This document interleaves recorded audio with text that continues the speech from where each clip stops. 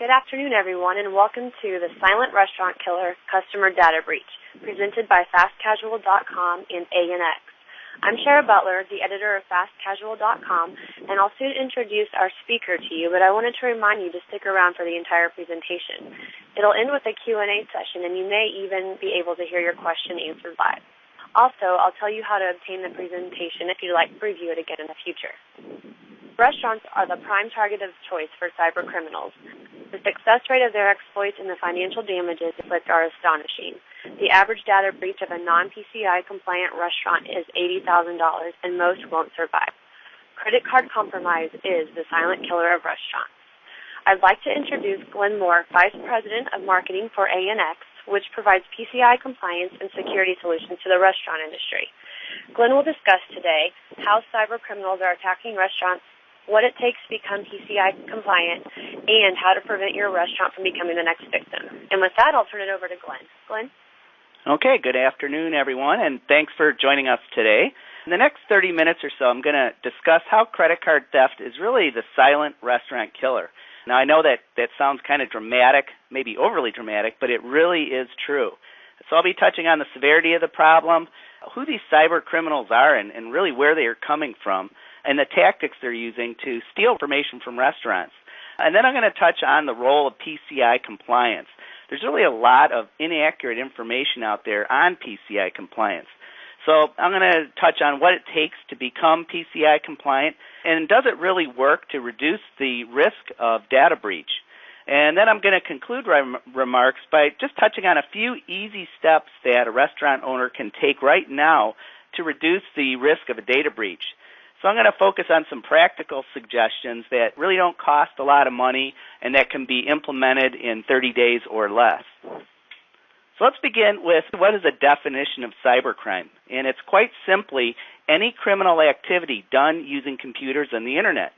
So this includes anything from downloading illegal music files to stealing millions of dollars from online bank accounts. Cybercrime also includes non-monetary offenses such as creating and distributing viruses on other computers, posting confidential business information on the Internet, and something that's called hacktivism, which is causing harm to a targeted company or an organization for political or even social reasons. Another form of cybercrime you hear about all the time is state-sponsored cyber terrorism. It's become really a major national security issue, and as a country, we're far more vulnerable to cyber attacks than really any other forms of military aggression. But I'll touch on that one in a future webinar. So really for purposes of what I'm going to address today, we're going to focus on cybercrime as it relates to credit card theft. And really, cybercrime has shot past armed robbery as really the method of choice for today's criminals. It's a lot safer, and it's a lot easier to get away with. And last year alone, cyber criminals caused over $1 billion of damages to small businesses. And even more sobering are the trends. So the damages are increasing every single year. And cyber criminals are finding new vulnerabilities each day and exploiting the most ill-prepared players. And that is small business owner, and especially, as we're going to see in a few moments, restaurants. So let's take a closer look at the damages to restaurants from credit card theft. And they're really, truly daunting. So to begin, the average direct cost of a data breach is $80,000. And those costs include forensic analysis, and that's figuring out how it was done, when it was done, and really how many cards were stolen, fines, and then finally credit card replacement costs.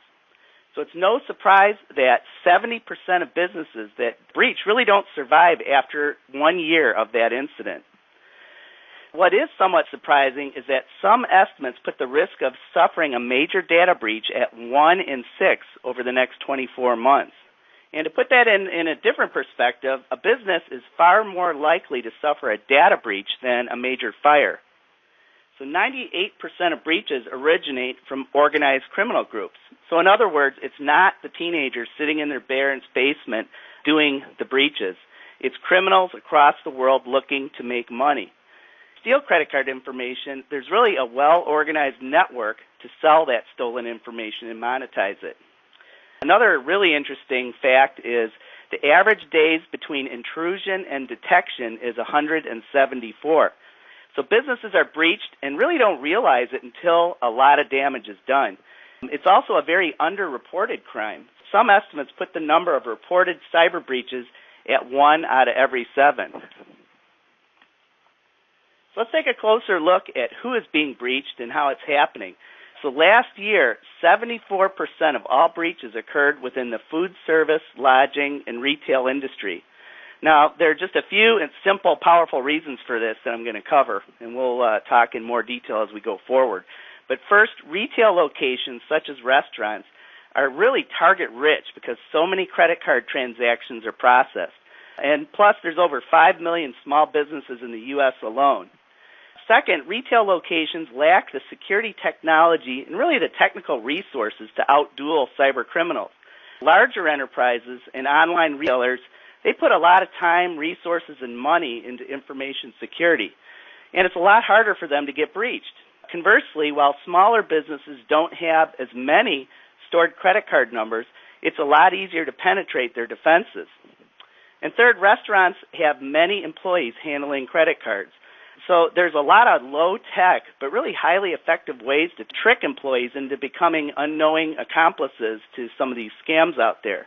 So most of the successful cyber breaches really don't use high-tech anyway. They use low-tech methods. Criminals depend and rely on finding uneducated employees and missing or misconfigured technology, and the place you find that is with small businesses. So drilling deeper into the breach problem indicates that smallest locations are victimized the most. So over 90% of breaches occur with merchants that process less than 1 million credit card transactions in a year. So it's October, and I've got my baseball fever going here, so here's my first baseball anecdote. Cyber criminals have built their team with a bunch of high average hitters. They score a lot of runs by piling up singles with an occasional double thrown in. So they're not out there trying to hit home runs, robbing the biggest online companies like Amazon. They know it's a lot harder to hit those home runs, so they behave a lot like a great average hitter. When they step to the plate, they survey the defense. If they see a weakness or opportunity, they're capable enough to hit the ball in that direction. So what happens if your restaurant is breached? Well, to sum it up, it's turned upside down. First, you'll be notified by either the Secret Service, FBI, or some other type of law enforcement agency that your business has been breached. So your acquiring bank will then swing into action, and you'll be required to first stop taking credit cards immediately, pay for that forensic audit that I just spoke about, implement remediation actions outlined in that forensic audit, and then lastly, work with a qualified security assessor to demonstrate your PCI compliance going forward. So in other words, you're going to need to pay for a lot of specialized resources to come to your site and help you fix the reasons that you were breached in the first place. But it's not bad enough. Those were only the direct short-term costs of a data breach. There's also a huge pile of costs associated with the loss of business and damage to brand value. So if a restaurant is part of a franchise system, the entire brand can suffer a 12% loss in value after a data breach. And it takes over a year for that brand value to rebound. So data breaches, as we all know, they're widely publicized, and consumers take notice and they spend their dollars elsewhere. So it's easy to see why so many restaurants fail after a data breach. So just who are these silent restaurant killers? They're people that belong to organized crime. Hundreds and thousands of hackers are quietly using the internet, hiding behind thousands of captured computers, stealing credit card information. And sadly, there's little chance that they're going to get caught. So organized cybercrime has become a big-time profession. Professional hackers make it their daily job to take advantage of current computer security trends and send out threats like spam, phishing emails, Trojan horses containing keystroke loggers, hijackers, and more, all targeted really to steal your information. So these criminals, they can work alone or in groups. Either way, their first goal is to capture someone's computer and turn them into zombies, or what's called a bot. These are computers that the hacker controls without the owner's knowledge. As more and more computers are captured, the hacker develops an army of computers, or botnet, that can be used for any number of criminal activities. The botnet may send out spam, emails, or implant Trojan horses. A botnet can also cause what's called a denial of service attack on a website, and extort money from the website owner. This whole time the hacker is hiding behind a string of computers under his control. And tracing back to a hacker is really, as I mentioned earlier, nearly impossible. And here's something really disturbing. The cost to buy a stolen credit card number on the black market has actually been going down. And you know why? It's because so much stolen information is available, the crooks have to compete with each other on price. And they do this on websites that are a lot like eBay. So it's incredibly easy to unload stolen information without it being traced back to the criminal. Cybercrime is not a lone wolf activity. It has a robust infrastructure that includes professional quality software tools, legitimate businesses that provide protection to the cyber criminals, and most tellingly, a sense of community among the criminals themselves. So just like a legitimate culture, there's defined roles, incentives for participation and diversity in their activities, and functional divisions of labor. So this culture allows experts to evolve and pass their knowledge on to others, decreasing the learning time for new entrants in that business. Established veterans advise newcomers and form relationships that really ultimately develop into criminal partnerships. And in some instances, these groups take on the character of loose-knit firms. So we're also seeing classical organized crime syndicates co-opt existing cybercrime groups, providing protection for them. So where do these people come from? It's a good question. Perhaps surprisingly, it's often difficult to really determine where a breach originated from. Forensic experts examine the IP address to trace the breach origin. And even when the country of the source IP can be accurately pinpointed, it's often not the country where the actual attacker resides, but rather a host in a botnet or just another hop that they're using to throw police off their trail. So that being said, though, we do know enough that Eastern Europe, including Russia and Turkey, is really a hotbed for cyber criminals. And it's estimated that 67% of successful data breaches involve cyber criminals from Eastern Europe. And the second most prevalent area of origination is the U.S. and Canada. And as mentioned previously, the vast majority of these cyber criminals belong to organized criminal groups. And conversely, many of the unaffiliated and unidentified agents originate from the Asia-Pac region, which is the fourth most popular spot for cyber criminals. And really the degree of brazenness in the cyber crime world is just flat out astonishing. Just about anyone can become part of organized cybercrime. The tools of the trade are everywhere. And you can find websites like the one I'm showing here that promote the use of tools and resources. And some of the more common tools that you're going to easily find on the internet include remote access tools. These are also known as RATs. And they allow the remote access to a computer or a server. Keylogger tools. So these are hidden programs that allow criminals to capture your every keystroke. And that's a great way to steal the username and password to log onto the server where your point-of-sale system resides. Another tool that you can get is called video and audio systems. So hackers have tools that they actually penetrate your computer system and watch your every move through the camera mounted on your computer or microphone that comes with your computer. Computer memory storage. Hackers can acquire tools to section off your computer and store anything they want on your computer, such as child pornography, criminal records, and a lot more. Spamming tools. You can purchase easy-to-use software to send spam from anyone else's email address. So hackers send millions of spam emails every day, and it's estimated that 90% of all email in the world is spam.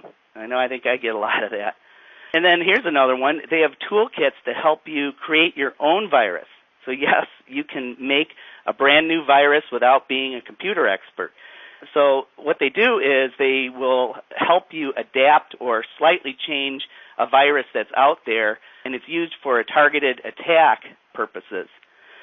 And lastly, there are things called computer scrambling devices. So these are types of tools that criminals use for cyber extortion. So what they'll do is an infected computer will have all its information scrambled, and the criminal leaves a message telling the victim to pay a few $100s ransom. And if they do that, they're told they'll get a code to unscramble the information.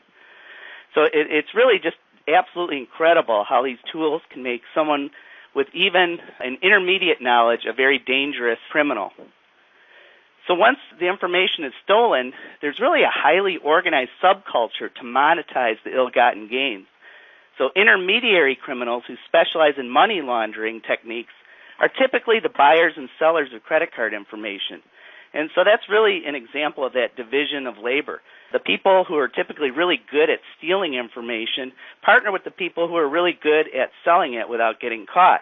So really, how do they do it? Well, the sale of credit card info often takes place completely underground in secret credit forums where hackers exchange or sell their information.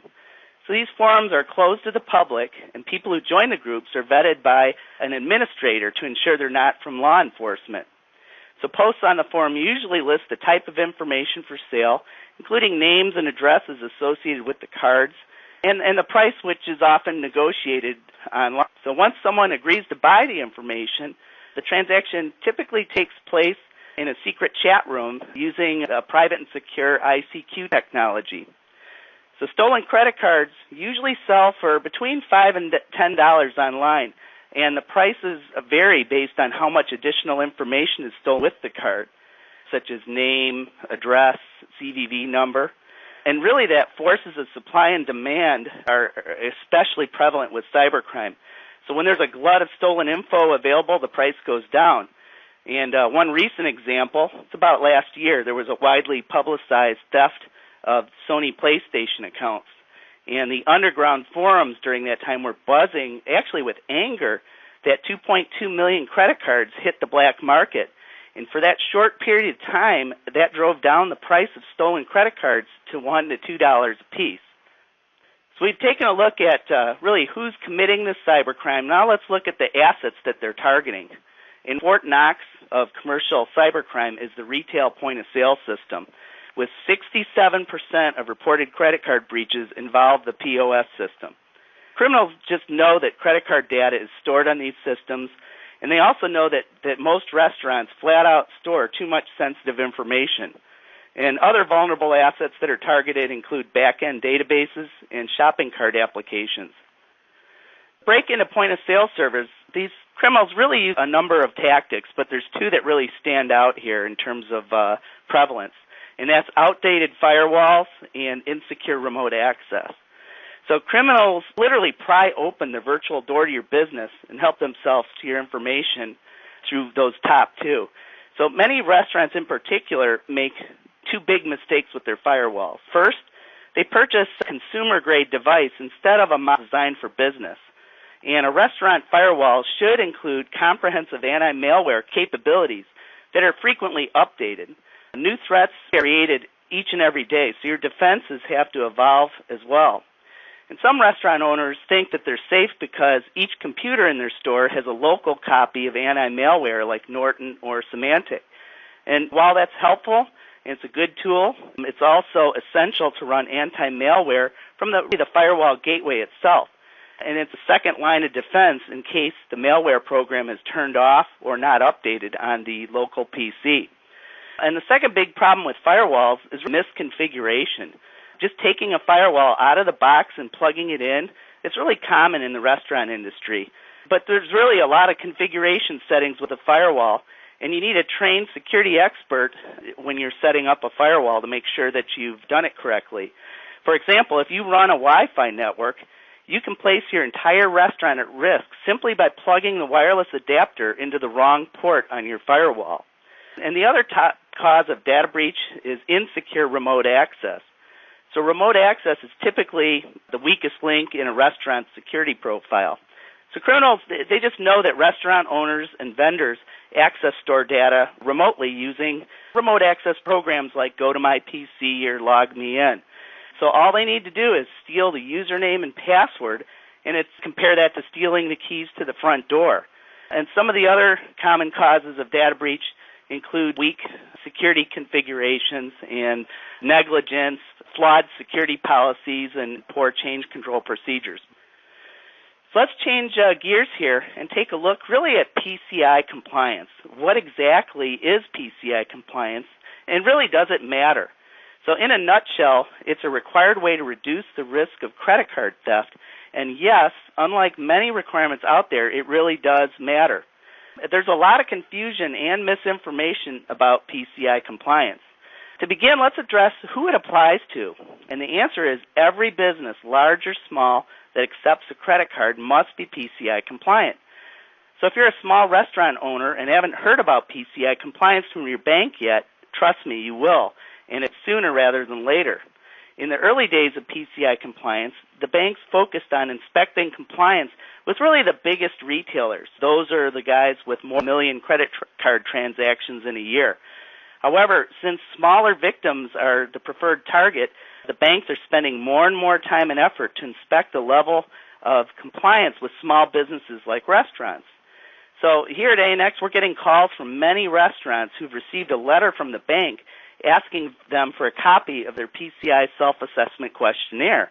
And other banks are not asking, but they're placing new charges on their monthly invoice called a PCI non-compliance fee, and that can range anywhere from $25 to $50 more per month. And the restaurant has to keep paying that until they're PCI compliant and can prove that with their self-assessment questionnaire. PCI compliance it's really not a government regulation. However, don't let that convince you that it doesn't have teeth, because it really does. All the credit card companies and banks adhere to PCI compliance, and the rules, fines, and pass-through costs are very real. Another misconception out there is really who's accountable for PCI compliance. It's not the equipment vendors. So if there's a breach, 100% of the accountability is passed to the business owner. And so you might be wondering, does PCI compliance really work? In other words, if you're PCI compliant, can you still get breached? And the answer is yes, of course. However, statistics clearly show that being PCI compliant really significantly reduces the chance that your restaurant will be a victim. So it does do a great job of addressing the key vulnerabilities that your typical cyber criminal is going to exploit. As for the PCI requirements themselves, I like to think of them as layers to an onion. At first glance, it doesn't seem like much, and it seems very doable. So there's just 6 main control objectives, which are 1, build and maintain a secure network. 2, protect cardholder data. 3, maintain a vulnerability management program. 4, implement strong access control measures. 5, monitor and test your network. And 6, maintain an information security policy. So that doesn't sound too bad. Well, when you then look at those 6, it really turns into 12 what are called major requirements, which many people refer to as the digital dozen. So 12 is still a manageable number. Where it becomes overwhelming for most restaurant owners is when you dive into the annual self-assessment questionnaire. So in order to address that digital dozen, the business owner must answer over 200 detailed questions, and many of those questions are of the technical nature. So it's no wonder why the vast majority of restaurants are not PCI compliant. Simply underestimate how long it's going to take and the resources that it's going to require for them to meet all those 200-plus requirements. So here's a quote. We see this all the time. When we first talk to restaurant owners about PCI compliance, we frequently hear things like, hey, I'm all set because I purchased a PCI-compliant POS system.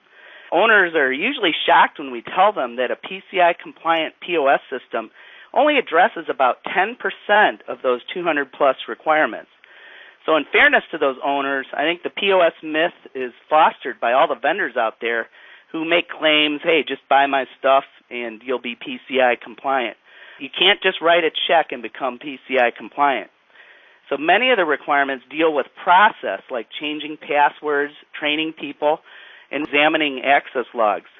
And if you're breached, it's not a defense to point to someone else and say, hey, they had me covered. Like I said before, owners are 100% responsible for their own PCI compliance. Okay, enough of all the depressing statistics and grim facts. So let's focus on some simple actions that you can take to reduce the risk of credit card theft. So each of the suggestions I'm going to quickly cover can be implemented within 30 days or less and really don't cost a lot. Now, there's a comprehensive list, but I think you'll find these initiatives to be worth your time. So we've established that PCI compliance is a good idea and not just a bunch of bureaucratic red tape. The real challenge then is how do you execute it, and really how do you sustain it once you've achieved it. So it requires a continual effort to minimize that risk. So owners that only cram once a year to pass the SAQ, really they remain vulnerable from practices such as not changing their passwords, not watching access logs, and not paying attention to who has remote access. And finally, not training new employees on credit card handling as they're hired. Most restaurant owners I speak to are really surprised when they learn of all the low-tech data breaches that are really extremely common. And these exploits rely on uneducated frontline employees. So the single best step that you can take is to implement a PCI Awareness Training program, all employees in your companies, but especially the ones that handle credit cards. Now, there's some wonderful programs out there that make it easy to train employees. We happen to have a great one here at ANX, and it's online. The action here is to get a program in place. And a good awareness training program should help employees understand areas such as what's the definition of sensitive data, how do you handle sensitive data, what precautions should they be taking to physically protect equipment, how do you dispose and throw out sensitive data, what is suspicious behavior, what should they do if they see suspicious behavior. So just 15 to 30 minutes of quality training can prevent many forms of credit card theft. And it's also important to remember that training must be provided at the time of hire and at least annually. Okay, the next simple recommendation is to standardize your remote access approach. And as I discussed a few minutes ago, weak remote access is one of the top root causes for data breach. And a lot of restaurant owners out there use the least expensive version of the go-to-desktop type software for the remote access. And while these are really easy to implement, they just don't provide enough safeguards against malware transmissions. So here's a relatively recent example. Symantec told its customers to stop using PC Anywhere remote access until a new version is released. So what happened was their source code was actually stolen, and that put users at greater risk of being hacked. So it's important to have remote access that ensures that endpoint computers are running the latest anti-malware software, are patched to the latest operating system revisions, and have personal firewall turned on. So remote PCs that don't meet these conditions should never be allowed to connect to store environments where sensitive data is stored. Keystroke logger programs and other self-extracting programs can traverse from the infected PC to the restaurant server. It's also critically important for remote access users to use what's called two-factor authentication. Greatly diminishes the risks associated with hacked access. So what is two-factor? Well, it means if someone steals your username and password, they still can't break in. They would need something else. So ANX has a method where you must first answer your cell phone in addition to logging in with your username and password. So the criminal would have to also steal your cell phone in addition to those other pieces of information, which makes it a lot harder. Another important feature is availability of remote access logging and reporting. So restaurant owners should be taught to review remote access logs on a weekly basis to really see who's accessing information and really when they're doing it. And that leads to my last point. It's really critical to restrict remote access to people that only really need it to do their jobs. Now, ANX, we have a cloud-based remote access solution that works with your existing hardware, and it delivers strong endpoint security, 24/7 support for restaurant employees, and it can be deployed in literally hours. So if you haven't paid attention to remote access lately, I encourage you to give us a call. Another recommendation is to implement a common firewall approach across all your restaurants. And as we discussed earlier, underpowered or improperly configured firewalls is one of those frequently exploited areas. So make sure your restaurant deploys a business-class firewall, and be sure it includes a robust set of unified threat management capabilities like anti-malware, intrusion prevention, and URL filtering. It's also a great idea to publish firewall configuration guidelines that reflect your restaurant environment. So if you're the franchisor or IT person, really provide the restaurant owner something they can give to their technical person or vendor. There's a lot of really good firewall policy templates available, And a template provides best practice ways to take advantage of the security features inherent in a business class firewall. And if you don't have the expertise or resources, partner with someone like ANX. You really can't afford to get this one wrong. Another great step is to develop a written security policy. The mere act of doing this reinforces the importance of security with all employees and not just your techie people. So there really needs to be two sets of policy, one for all the employees and the other for the restaurant technical environment. And both are extremely important. So here's an example of a company security policy template that we provide with our service. It's done in Microsoft Word, so it's easy to do a search and replace. And providing this template to your restaurants and encouraging them to use it will really spark the right conversations and increase the focus on security. Plus, it's one of those 200-plus PCI requirements that most restaurants fail to meet. And my last recommendation is to create a program to actively monitor PCI self-assessment questionnaire status. So get everyone using the same tool to generate their SAQs. Most restaurant owners are going to struggle with completing their SAQ. However, just getting started is more than half the battle. So even if the bank hasn't asked you to do it yet, make it a goal to have every restaurant start their SAQ using a common tool set within the next 60 days.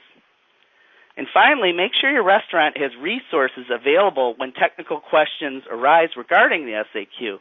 Now, there's plenty of documentation available, but sometimes you just need a question answered or an expert interpretation of what the requirement is really asking for. So if you don't have enough of the right resources, really consider partnering with a company like ANX. And if you're using a vendor that just provides a portal without live SAQ support, you might want to revisit that relationship. And that brings me to the end of my prepared remarks today. Now, I didn't spend a lot of time talking about my company, ANX, but I do encourage you to check us out at anx.com. We specialize in delivering managed security and compliance solutions to the franchise restaurant industry, and we're recognized by the PCI Data Security Council as both a qualified security assessor and an approved scanning vendor. And for less than $1 per day, we protect restaurant owners from the crippling impact of credit card theft, and we really help those owners reduce the risk of being breached in the first place. So at this point, I'd like to open up the floor to any questions that we have that have come in during the webinar. Great. Thanks, Glenn. That's some very interesting data. And speaking of that data, we've had a couple people want to know where the stats from your presentation came from. Various places, some of it from the Verizon 2012, data breach study, looking at 2011 data, but from various different sources. So if anyone has specific need for one of the statistics that I've mentioned, I'd be happy to, they could just shoot me an email and I can give the specific source for that statistic. Okay, great. One of our listeners wanted to know how grocery chains and other retail businesses compare in terms of risk of breach in comparison to restaurants. I think restaurants are typically a little more at risk, primarily because of Wi-Fi. When you put Wi-Fi in, there's a lot of exploits that target weak Wi-Fi configurations. You don't see that as much at grocery stores. You see that a lot at restaurants and certainly fast casual type restaurants. Okay. Another listener wanted to know if he uses a cellular network with a PADSS compliant POS hardware, is he PCI compliant? That's a good question. I'll probably want to take that one offline and get with one of those qualified security assessors I talked about. We have a number of those at ANX. I don't want to give a false answer there, so let's make sure I get that one, and I'll have one of our QSAs provide a very specific answer on that one. Okay. Another listener wanted to know what the average effort is to get his restaurant PCI compliant. So how long will it take? Yeah, that's a really good question, and it varies based on how prepared and organized you are when you sit down. So one of the things we do when we sit down with a restaurant that we're helping out is we give them a checklist of here's the types of information that you need to get your arms around before you start your SAQ. And so you need to have your technical person in tow, whether it's an employee or Many restaurants have a vendor that they use that help them set up their point-of-sale server. So if you have the right people that know the right answers, it can be done in usually a couple days. But if you're hunting around for pieces of information, it could take weeks to complete based on trying to hunt down and gain access to server logs and things like that. So that's one of the things that we spend a lot of time explaining to new clients of ours is really how to get organized and not just use our tools to make it easier and faster, but what pieces of information they need to be paying attention to and inventory so that they can minimize the time and effort to do that task. Okay. And speaking of SAQ, how long does it take usually to complete that? It's similar to that previous question. If you just sat down and knew all the answers, and we have a tool that makes doing that 200-plus SAQ very easy to do. So if you had all the answers at your disposal, you could do it in a matter of 4 to 6 hours. But typically, you go through it, and our software tool allows you to say, I don't know, or no when it needs to be yes, and then it keeps track of your tasks and your follow-up items. So next time you go back, you're focusing on your missing items or your items that need further remediations. The process to fully go through all your things that you honestly answered no or I don't know, that can take really days or weeks depending on how good you are and how many resources you have at your disposal to hunt down that missing information. Okay. Megan has a question about Wi-Fi. So she wants to know, when you say Wi-Fi, are you referring to the restaurant offering complimentary Wi-Fi to their guests? Does this allow a door open into the restaurant POS system? Yeah, it does, and there's 2 types of Wi-Fi. You have your guest Wi-Fi that needs to be set up correctly and segmented, which is the key thing from your Wi-Fi that you might use within your store operations. So if you have people wandering around taking orders on tablets, which is now becoming much more prevalent, those networks have to be segmented and bulletproof so that they can't be penetrated by a rogue wireless threat, someone trying to break into the secure side or the company side of your Wi-Fi. So a company like ANX, that's one of the things that we really sit down with restaurant chains and understand their particular technologies that they're using in wireless, and whether it's just guest wireless or whether they're using wireless for their ordering system. Lots of vulnerabilities, though, in the wireless side of things. Okay, speaking of ANX, Mark wants to know what makes ANX different from the rest of the compliance and security companies in the market. Well, there's a few of us out there. I think what really sets us apart is the people. We're entirely, our QSAs as well as our help staff is all located here in the U.S., so we don't have experts all over the world or non-experts answering the call. So we do pride ourselves in our ability to really service our customers with the tools we provide, and we know there's going to be questions. So we've had people come to us who had someone else because they've heard of our positive reputation on the customer service side. And we also are a security company. That's our core lineage. And when companies come to us and need managed security services in addition to helping them with their PCI, we've been doing this for 13-plus years, and we have multiple security patents. We're a very technologically advanced security company. So I think some of the other competitors out there don't have the track record in security that we do. So that's my plug for ANX. Okay, great. Let's see. I think that's about all the questions we have. We'll leave a second or two open for any last-minute questions. I'm not seeing any other coming through, so thank you, Glenn, for your time. And I also wanted to let everyone know that you guys stay connected to us by checking into fastcasual.com. But if you also would like a copy of this presentation, we're going to email you instructions on how to get that in a few days. So I just wanted to say again, thank you, Glenn, and thanks to all of our listeners. And you guys have a great day.